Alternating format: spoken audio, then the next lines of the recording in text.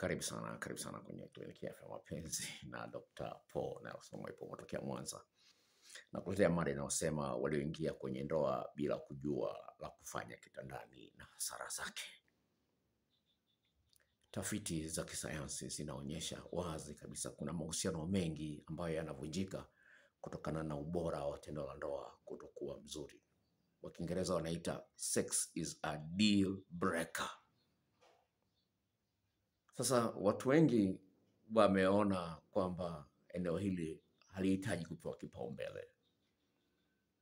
Wanaliona ni la kawaida sana kama vile kula na kunywa. Hawahitaji kujifunza, hawahitaji elimu katika eneo hili. Lakini Biblia inasema wazi kabisa kwamba pasipo maarifa watu wanaangamia. Na sio hilo peke yake. Kwenye kitabu cha Isaya sura ya 27 mstari wa 11 inasema kwamba watu wasiokuwa na maarifa Mungu hata waonea huruma. Sawa. Sasa huyo ni Mungu anazungumza, anasema watu wasiokuwa na maarifa. Mungu huyu amezungumza kwamba watu wasiokuwa na maarifa wataangamia. Lakini amesema vile vile watu wasiokuwa na maarifa hata waonea huruma. Na Biblia inasema kwamba kwa sababu umeyakataa maarifa na mimi nakukataa. Ndivyo Biblia inavyozungumza kitabu cha Hosea sura ya 4 mstari wa 6. Sasa wapendwa katika Bwana, nikuletea mada hii ni kwamba kuna mtu amenichokoza katika eneo hili na ningependa nilizungumzie kwa faida ya jamii kwa ujumla. 70% ya mahusiano yanayovunjika yamechangiwa na mapungufu katika eneo hili. 70 hadi 75 ya mahusiano yanayovunjika yamechangiwa na sehemu hili. Tafiti za zinasema hivi, iwapo uhusiano wa kimapenzi unaenda vizuri, tendo la ndoa linachangia kati ya 20 hadi 25 ya ubora wa uhusiano huo. Yaani kama ndoa inaenda vizuri, tendo la ndoa linachangia 20 na 25, lakini iwapo tendo la ndoa linapokuwa bovu, linachangia kati ya 70 hadi 75 ya migogoro ndani ya ndoa. Sasa hiyo ni sayansi, na kama unafahamu Kiingereza ingia kwenye Google utakutana na hizo takwimu. Sasa wale ambao hawalipi kipaumbele eneo hili wanajitafutia matatizo wao wenyewe, kwa sababu ni hakika kila mtu anapenda afurahie tendo la ndoa. Kuna mambo mengine ambayo unaweza kufanya na watu wengine, ukacheza na wengine, ukaongea na wengine, kula chakula na watu wengine, lakini tendo la ndoa ni kati ya mke na mume.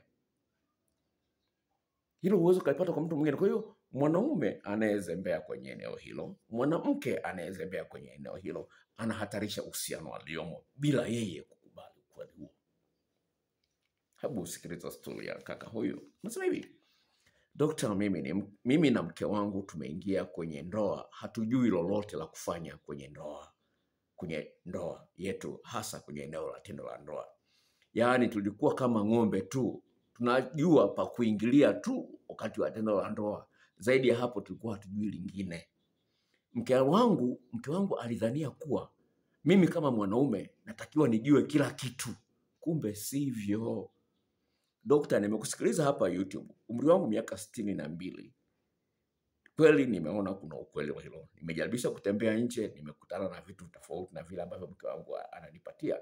Lakini sikependa hali hiyo iendelee kutembea nje ya ndoa, kwa sababu sasa hivi nimeamua kujikita kwenye mambo ya dini zaidi.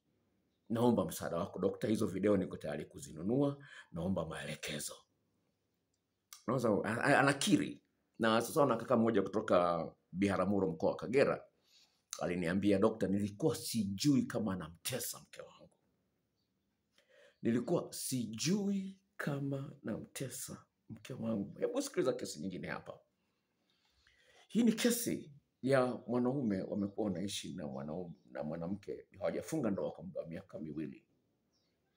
Mwanamke analalamika, bwana, uniridhishi kwenye tendo la ndoa. Mwanaume anakuwa mkali, bwana, mimi bwana najitahidi. Sasa mwanamke mwishowe akamwambia, bwana, kama ndivyo bwana, mimi na wewe siwezi kuendelea na wewe kwa sababu hii. Sababu sitaki nichepuke wakati niko na wewe. Sitaki kuchepuka na wewe. Mwanaume kaenda kazini, amerudi, kaja na gari kabisa, anataka achukue vitu vyake na kila kitu. Anachukua vitu vyake, anahamisha. Mwanamke baada ya amemaliza kuchukua vitu vyake vyote, anafunga mlango wa nguvu. nenda zako wewe, usinisumbue bwana, utapata mwanaume mwingine tu. Mwanamke anamwambia, hivi unataka kujua ni kwa nini nilikuwa sihangaiki katika kufisha kileleni? Unajua ni unataka kujua kwa nini?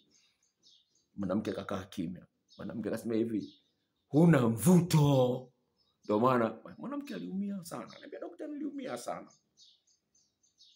Sasa najiona mimi mwenyewe nina mvuto, lakini mwanamke akasema eti alikuwa hanihangaiki kwa sababu sina mvuto. Mimi siamini kwamba ni kweli. Sasa vitu kama hivi vipo. Vitu kama hivi vipo na vinawakumba watu wengi sana. Mwanamke mmoja akasemaje katika tafiti ya mada hii? Akasema hivi, dokta, ni kweli kabisa, wanaume wengi wanadhania kuwa wanajua kila kitu, kumbe hata kisimi cha mwanamke hawajui kikoje na wala hawajui umuhimu wake. Jambo hili ni baya sana, kwani utakuta mwanamke hafiki kileleni, alafu anahitaji muda mrefu wa kuandaliwa. Mwanaume hajui jinsi ya kumwandaa huyo mwanamke, halafu huyo mwanaume mwenyewe anawahi kumaliza. Wakiona kwamba mwanamke anachelewa kufika kileleni au hafiki kileleni, wanasema kwamba mwanamke ndio mwenye matatizo, wakati sio kweli kwamba ni mwanamke mwenye tatizo. Mwanamke huyo akichepuka anafika kileleni. Sasa daktari, hawa wanaume waambie. Unaweza kuona jinsi gani ilivyo? Lazima waambie. Sasa naomba nisikilize. Sisemi hii kesi kwa ajili ya wanaume pekee yake, na kuna wanawake ambao hawajui mapenzi. Sasa kuthibitisha kwa wanawake ambao wameingia kwenye ndoa bila kujua mapenzi, ngoja kusomea message hii. Huyu ni mwanamke ambaye baada ya kumtumia video zangu alinitumia message hii. Sikiliza message hii. Dokta, umenisaidia sana. Mimi niliachwa na mume wangu akaoa mwanamke mwingine, lakini bado hakuacha kunifuatilia. Nikaamua kupokea. Nimezitumia zile njia nilizoziona kwenye zile video ambazo umenitumia za kumfanyia masaji mwanaume na kufanya urafiki na mume wake na jinsi ya kufanya mwanaume awe mpole kama bata. Dokta amefurahi sana, ananitaka kila siku. Hii ni mara ya 4 nafanya naye mapenzi tena, yaani mpaka ananguruma. Sasa hivi hamtaki yule mwanamke kumsikia yule aliyefunga naye ndoa baada ya kuniacha mimi. Anatafuta namna ampe talaka arudi kwangu ili apate raha kubwa. Anamuita yule mwanamke pepo. Hajui kamtokea wapi kuharibu mahusiano yetu, na yule mwanamke amemkimbia. Sasa kila mtu yuko kivyake vyake, anatafuta namna tu ya watengane mazima, lakini mimi nashia naye penzi. Japo nawaza mimi bila ndoa nitaishije? Nikimwambia awe mbali na mimi mpaka wavunje ndoa, anadai hawezi kaa mbali na mimi. Dokta, nashindwa la kufanya sasa, maana alishapata vitu adimu kutoka kwangu, na bila kuona talaka mimi sipati amani. Nahisi huyu dada atakuja kunisumbua tena na mume wangu. Nifanyeje dokta? Naona kama najidanganya, sijui, lakini mimi ndo wa kwanza. Mwanangu ni mkubwa kwa hawa waliozaa na huyo dada. Kweli ufundi wako ni kitu cha muhimu sana kwenye ndoa. Nitakutumia hela unitumie tena video mpya utakazotengeneza. Mungu akubariki dokta. Unaweza kuona huyu mwanamke ndoa imevunjika, mwanamke mpaka kaenda nje, mwanaume kafunga ndoa nje. Sasa hivi anataka kurudi kwa yule aliyemwanza kwa sababu amekuwa mtamu, amepata ladha tofauti na ile aliyoiacha. Sasa naomba uniambie, wanawake wengine sema hivi, wanaume wengine, huyu ni mwanamke anaongea hapa, sema hivi, wanaume wengine wanadai kama humwambii akushike wapi, ni kosa lako wewe mwanamke, kwa kuwa hujui ufanyiwe nini ili ufike kileleni. Dokta, hii inaboa sana. Kwa nini wasitumie akili zao hao wanaume wenyewe? Unaweza kuona jinsi gani ilivyo. Kwa hiyo mwanaume anapaswa ajue ramani ya mwili wa mwanamke. Mwanamke ramani yake ina maeneo 17, vituo 17. Na kila eneo lina miisho mingi ya mishipa fahamu. Kwa hiyo mwanaume anapaswa ajue kila eneo lina utamu gani, lina ufundi gani, na madoido gani na mbwembwe gani kwenye kila eneo. Mwanamke naye anapaswa ajue katika ramani ya mwili wa mwanaume aliyeuchi kuna maeneo 14 na kila eneo lina ufundi wake tofauti. Sasa ukifahamu maeneo haya mengi, Sawa? Kuna video karibu 50 kwa ajili ya wanaume na video karibu zinazidi 50 za wanawake. Kwa hiyo unapofahamu haya maeneo, itakuwa vigumu kwa mwenzio kuboreka na wewe. Kwa sababu gani? Kama unajua mambo manne katika mambo 10, utamchosha huyu mwanaume. Kama unajua maeneo manne katika maeneo 17, utamchosha huyu mwanamke. Kwa sababu gani? Atakuwa anajua unaanzia wapi unaishia wapi. Kwa hiyo anaboreka na wewe, kila mtu anajua 1+1 ni ngapi. Sasa napenda nikwambie hivi, mwenzio anapokizoea kila kitu unachomfanyia, hakimletei starehe tena. Kama vile nguo mpya ukishainunua unaona raha kweli. Unaona, umepata gari jipya unasikia ukishalizoea unaona la kawaida. Sasa ujanja ni kufanya mtu asikizoe kila kitu, unambadilishia, hawezi kukizoea. Sasa iwapo mnafanya mapenzi, kwa sababu hamyafahamu haya maeneo, mwanamke afahamu maeneo 14 ya mwanaume afahamu maeneo 17 ya mwanamke, mtakuta kwamba tendo la ndoa kati yenu halizidi dakika 15. Sawa? Halizidi dakika 15. Ngoja kusomea kitu fulani. Ngoja kusomea kitu fulani hapo.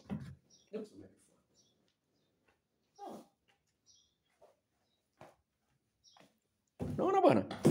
Hii ni sayansi, sawa? Sawa? Hii ni sayansi, sawa? Hii ni sayansi, sawa? Nimeandika kichwa cha habari mechanism of good sex. Nasema hivi. Kwa Kiingereza nasema hivi. Hand touching make our brain release mood boosting chemical known as endorphin, while at the same time releasing oxytocin that bonds you with your spouse and decreasing the release of cortisol, stress hormone, and subdue feeling of anxiety. Kwa Kiswahili nasema hivi, ule mgusano wa kutumia mikono inasababisha ubongo utoe kichocheo kinachoitwa endorphin, ambacho kinasababisha mtu ajisikie raha, anapata msisimko, sawa? Na vile kinasababisha kichocheo cha oxytocin ambacho kinasababisha mtu ashikamane kihisia na mpenzi wake. Kinakuwa kikingi sana na kufanya mapenzi kwa muda mrefu, sawa? Sasa hiyo inaondoa kichocheo, inaondoa nguvu ya kichocheo kinachoitwa cortisol, ambacho kidogo ni stress hormone ambacho kinasababisha stress. Kwa maneno mengine, njia ya kumwondolea mwanaume stress, kumwondolea mwanamke stress ni kufanya mapenzi kwa muda mrefu. Na vile vile inaondoa mawazo na hisia za wasiwasi, mashaka ndani ya roho na nafsi ya huyu mtu. Kwa hiyo mtu akiwa na amani na wewe atakupenda wewe zaidi. Sasa hiyo oxytocin inaendelea hapa. Oxytocin level help men stay bonded to their partner. They perceive their partners as more attractive than most women. Sasa hivi kichocheo hiki cha oxytocin kinasababisha mwanaume akili yake ivurugike, amuone mke wake, mpenzi wake ana mvuto mkubwa kuliko wanawake wengine, japokuwa hata kama sio kweli kimacho. Lakini akili yake inadanganyika, inamuona mwanamke aliyenaye ana mvuto mkubwa, unamuona mwanaume aliyenaye ana mvuto mkubwa kuliko wengine. Wataalamu wao wameconclude wakasema hivi, good relationship quality is positively associated with oxytocin production. Sasa hivi uhusiano mzuri unahusianishwa sana na kuwepo na uzalishaji mwingi wa kichocheo hiki cha oxytocin. Mwisho wa kunukuu. Kwa hiyo utajikuta yani hukupenda. Nakumbuka kesi nyingi nimekutana nazo. Ingia kwenye page yangu ya Instagram. Mwanaume anaanza kuwa na wivu. Mwanaume yule ambaye alikuwa hana wivu na mke wake, alikuwa anachepuka mpaka akazaa nje. Hii ni kesi kutoka Geita. Yule mwanamke ni mke wa mchungaji. Mke wa mchungaji huyu alichepuka mpaka akazaa nje ya ndoa. Na mwanaume sawa, mwanaume ni mchungaji lakini ni engineer. Sawa, na huyu mama ni msomi vile vile. Anaongea Kiingereza kizuri tu, anaongea, amekuja usini kwangu. Alisafiri all the way from Geita kuja kuniona usini kwangu. Nikampa hizo video, nayo hata audio yake nayo hapa. Siwezi nikaitoa kuficha mazingira yake. Sawa? Lakini huyu mwanamke anasema mwanaume sasa hivi ana wivu kupita kiasi. Hasa anamwambia mwanaume, wewe nilipokuwa nakuonea wivu ulikuwa unaniambia mimi mpumbavu, sijui na nini. Mbona wewe umeanza kunionea wivu? Unaweza kuona jinsi gani ilivyo ngumu. ni kwamba tayari ameiona thamani mpya ya mke wake. Wanafanya mapenzi sasa hivi karibu kila siku.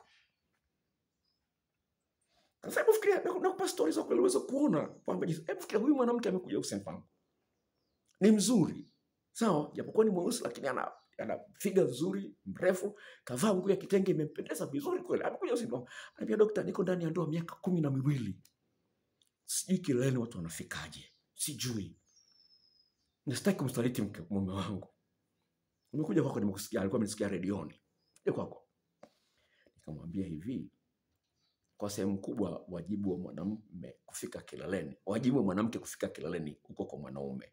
Mwanaume ndio ni wajibu wake kwa sababu yeye ndiye kichwa. Sawa, ndio wajibu wake. Wewe ni msaidizi tu. No, wajibu wa mwanamke kufika kileleni uko kwa mwanamke. Na mwanamke anahitaji muda usiopungua dakika 14.8 wa kuandaliwa kabla ya kuingiliwa ili afike kileleni. Sasa inapasa umsababishe huyu mwanaume aone haja ya yeye kukuandaa kwa muda mrefu. Na njia nzuri ya kusababisha mwanaume huyu aone haja ya kuandawe kwa muda mrefu ni wewe kufahamu mambo mengi ya kumfanyia mwanaume. Mwanaume ana maeneo 14. By then nilikuwa sina vitabu. Nilikuwa sina video. Nilikuwa na vitabu ya jinsi ya kumnogesha mwanaume kitandani, jinsi ya kumshika mwanamume aliye uchi. Ndio kitabu chenyewe kina chapter hiyo, kina sura hiyo, nasema jinsi ya kumshika mwanaume aliye uchi. Hawa nikampa hicho kitabu. Akaenda akakitumia. Mwanaume naye akaongeza bidii. Mwanamke akajikuta anafika kilele. Huyu mwanamke akanipa mrejesho, akaniambia, daktari, huwezi kuamini sasa hivi mwanaume hata akiwa kazini ana hamu ya kurudi nyumbani. Hapo nakuja kupenda story nyingine. Hii story nyingine. Huyu ni mwanamke, mume wake ni story ya muda mrefu. Mume wake ni engineer wa mashirika haya ya simu. Sawa, mashirika ya simu. Mume wake amehamishwa kutoka Dar es Salaam amekuja Mwanza. Eneo la matajiri wanakoishi matajiri inaitwa Capri Point. Wanaofahamu mji wa Mwanza, Capri Point. Miaka 5 mwanamke anabebeleza, na mimi nihamie huko. Sababu mwanamke hana kazi, ni mama wa nyumbani. Na mimi nihamie nikufuate mume wangu. Mwanaume anagoma. Miaka 5. Mwanamke huyu nikamtumia hizi video. Mwanaume mwenyewe anamwambia mke wangu, njoo Mwanza. Mwanamke anahama Mwanza, anahamia Mwanza. Ananishukuru huyu mwanamke. Anaambia, daktari, sio hilo peke yake. Anaambia hivi, hii gari unayoendesha sasa hivi imechoka. Nitakununulia BMW. Asema nitakununulia BMW, hii gari unayoendesha imechoka. Kwa hivyo ni vitu tunavyonipa, nitakununulia gari. Akaniambia, daktari, nakupa zawadi. Kazi uliyofanya sio ndogo. Asema nitakupa zawadi. Kwa unaweza kuona jinsi gani ilivyo. Kwa hiyo yeye anafikiria kwa sababu nini mume wangu atake nihame. Kuna mwanamke mwingine wa Kiarabu na hivyo. Alikuwa hapa Mwanza. Amekuja ofisini kwangu na mwanamke mmoja wa Kitanzania. Huyu ni Mwarabu, amekuja na mama Mbongo. Sawa? Amekuja nayo hivyo. Mume wake yuko Dar es Salaam, huyu mama wa Kiarabu yuko Mwanza. Nikawapa shule kama alipompa yule mwingine, mke wa engineer.